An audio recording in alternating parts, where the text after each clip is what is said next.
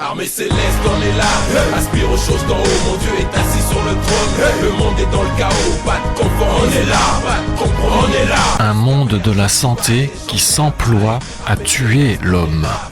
La santé des hommes livrée au monde de l'argent. L'industrie de la santé. 1. La santé, préservation de la vie. Les métiers, médecins, chercheurs ou examinateurs, ainsi que les établissements et organismes mis en place par le créateur de ce monde, hôpital, laboratoire, pharmacie, sécurité sociale, ne sont-ils pas là pour préserver la santé de l'homme et garantir sa vie, survie ? 2. La santé, une industrie de l'argent. Or, que constatons-nous ? Le médecin cherche à remplir son cabinet. L'hôpital cherche à maximiser sa dotation globale de fonctionnement. Le laboratoire maximise ses profits, tandis que la sécurité sociale s'efforce de réduire ses dépenses au mépris de la santé des gens. Du côté des pharmacies, ce n'est pas mieux. Ces commerçants nous conseillent et nous vendent les produits qui leur rapportent le plus d'argent, garantissant ainsi leur rentabilité et non la santé de leurs clients. À qui se confier ? 3. Se soigner, un défi. Se soigner est devenu très compliqué, un casse-tête. Il faut se renseigner sur les produits existants qui sont bons pour la santé afin d'éviter ceux qui rendent malades. Choisir les médecins qui ont une bonne réputation sur Internet afin d'éviter ceux qui sont incompétents, dangereux. De même que pour les établissements de soins dont certains sont classés à éviter sur des sites Internet spécialisés, sachant que ces sites Internet en question sont eux aussi spécialisés dans la défense de leurs propres intérêts, leurs profits et non la santé publique. Il est clair que nous vivons dans un monde devenu très dangereux pour l'homme et sa propre survie, puisque l'argent domine tout et fait taire les consciences au motif de garantir la survie des systèmes financiers et non la survie de l'homme. À qui se confier ? 4. Être en bonne santé, un même défi.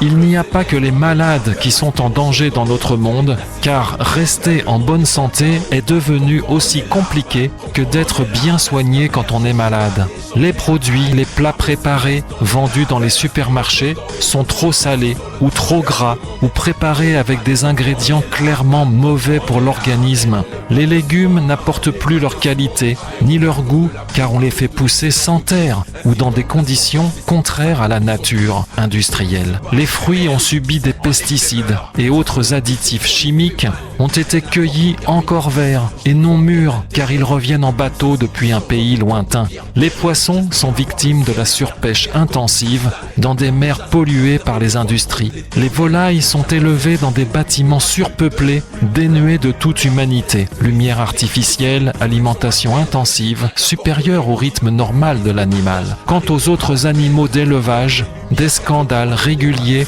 nous informent des pratiques contraires à la préservation de la santé des industriels de l'élevage. À qui se confier ?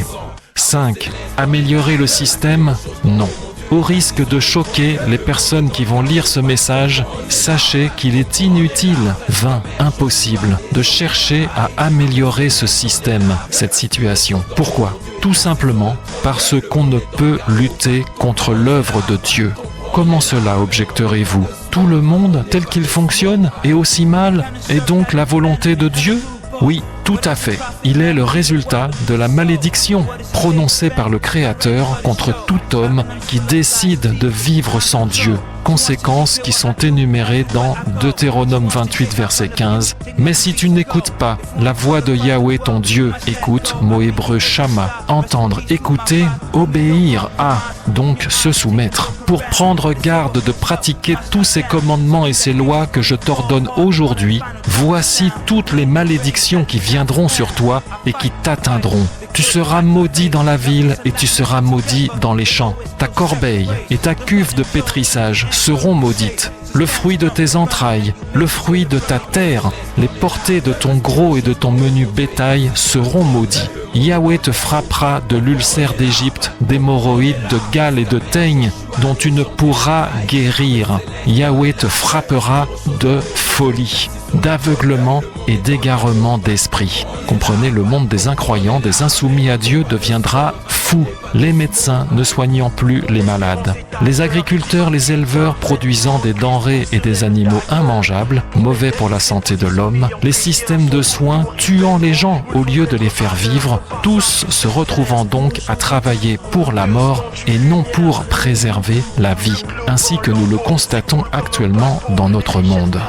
6. Solution.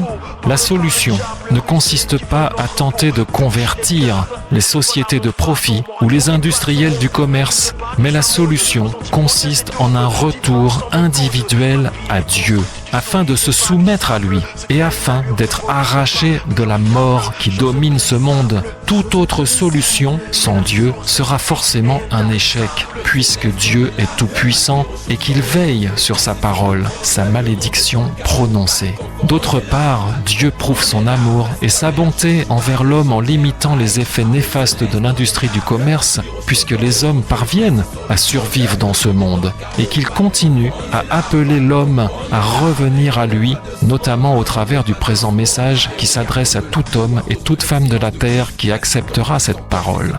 Ce n'est pas l'industrie qui doit changer, mais c'est le cœur de l'homme qui doit changer. Or, je suis le seul à pouvoir faire cela, dit le Seigneur. C'est pourquoi écoutez ce message et revenez à moi, afin que je vous sauve, tandis que le temps de la grâce précède encore le temps de mon jugement. Ne voyez-vous pas que malgré les progrès technologiques, les hommes continuent de mourir et d'être malheureux sur cette terre? Que voulez-vous espérer sans Dieu? Les médecins du monde ne peuvent soigner véritablement l'homme. Marc 5, verset 25. Or, il y avait une femme qui avait une perte de sang depuis 12 ans, et elle avait beaucoup souffert du fait de nombreux médecins, et elle avait gaspillé tout ce qu'elle possédait sans avoir éprouvé aucun soulagement, mais était allée plutôt en empirant. Ayant entendu parler de Yehoshua, elle vint dans la foule par derrière et toucha son vêtement, car elle se disait « Si seulement je touche ses vêtements, je serai sauvée. » Et immédiatement, la perte de sang s'arrêta et elle sut dans son corps qu'elle était guérie de son fléau. Retour au médecin des médecins, celui qui soigne les cœurs. Hébreux 4, verset 7, Dieu détermine de nouveau un certain jour, aujourd'hui, en disant bien longtemps après, par David, comme il a été dit plus haut, aujourd'hui, si vous entendez sa voix, n'endurcissez pas vos cœurs, n'endurcissez pas vos cœurs comme lors de la provocation. La véritable compassion du véritable médecin Yehoshua, Dieu. Matthieu 9, verset 36, et Yehoshua, voyant les foules, fut ému de compassion pour elles, parce qu'elles étaient perdues et jetées à terre comme des brebis qui n'ont pas de berger. Alors il dit à ses disciples, en effet, la moisson est grande, mais il y a peu d'ouvriers. Priez donc le maître de la moisson d'envoyer des ouvriers dans sa moisson. Les hommes se prennent pour des dieux, mais se comportent comme des bêtes. Les hommes vivent comme des bêtes, alors qu'ils ont été créés pour être comme des dieux. Qui voudra encore rétablir l'ordre de ma création dans sa vie, dit le Seigneur. La fin du film est proche, ne le voyez-vous pas? Ne comprenez-vous pas que je balayerai et que je ruinerai l'orgueil de ce monde, comme je l'ai fait dans les îles des Bahamas dernièrement par mon vent? Y a-t-il un avantage à préférer la mort à la vie? Je suis la vie. Venez à moi, dit Yehoshua. Amen. Pas de sa mode, aux antipodes de cette aube, divin sans mes codes, ma vie est construite du solide. Un monde de la santé qui s'emploie à tuer l'homme. La santé des hommes livrée au monde de l'argent. L'industrie de la santé. L'industrie de la santé. Il est clair que nous vivons dans un monde devenu très dangereux pour l'homme et sa propre survie, puisque l'argent domine tout et fait taire les consciences au motif de garantir la survie des systèmes financiers et non la survie de l'homme. À qui se confier? Sachez qu'il est inutile, vain, impossible de chercher à améliorer d'améliorer ce système, cette situation. Pourquoi cette situation? Parce qu'on ne peut lutter contre l'œuvre de Dieu. Tout le monde tel qu'il fonctionne est aussi mal et le résultat de la malédiction prononcée par le Créateur contre tout homme qui décide de vivre sans Dieu.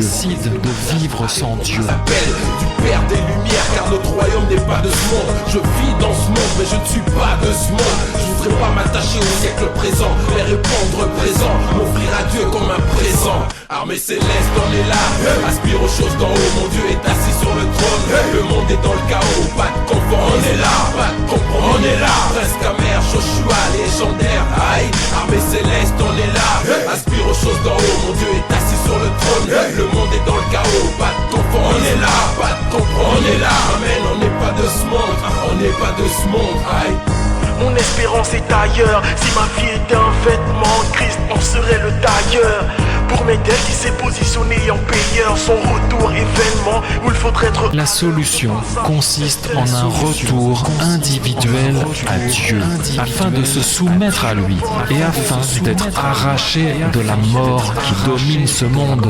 Toute autre solution sans Dieu sera forcément un échec, puisque Dieu est tout-puissant et qu'il veille sur sa parole, sa malédiction prononcée. C'est le cœur de l'homme qui doit changer. Or, je suis le seul à pouvoir faire cela, dit le Seigneur. C'est pourquoi écoutez ce message et revenez à moi, afin que je vous sauve, tandis que le temps de la grâce précède encore le temps de bon jugement.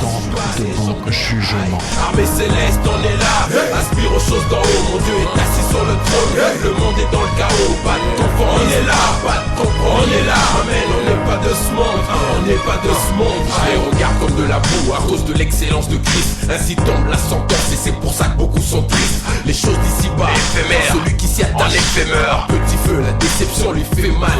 Elle n'apporte aucun bénéfice, je n'y vois aucun intérêt. Ridicule ces illusions comme les contes de Pierre Perret. J'aspire à voir le ciel, la mer de verre comme du cristal. La pierre de jaspe me prosterner devant le trône de l'éternel.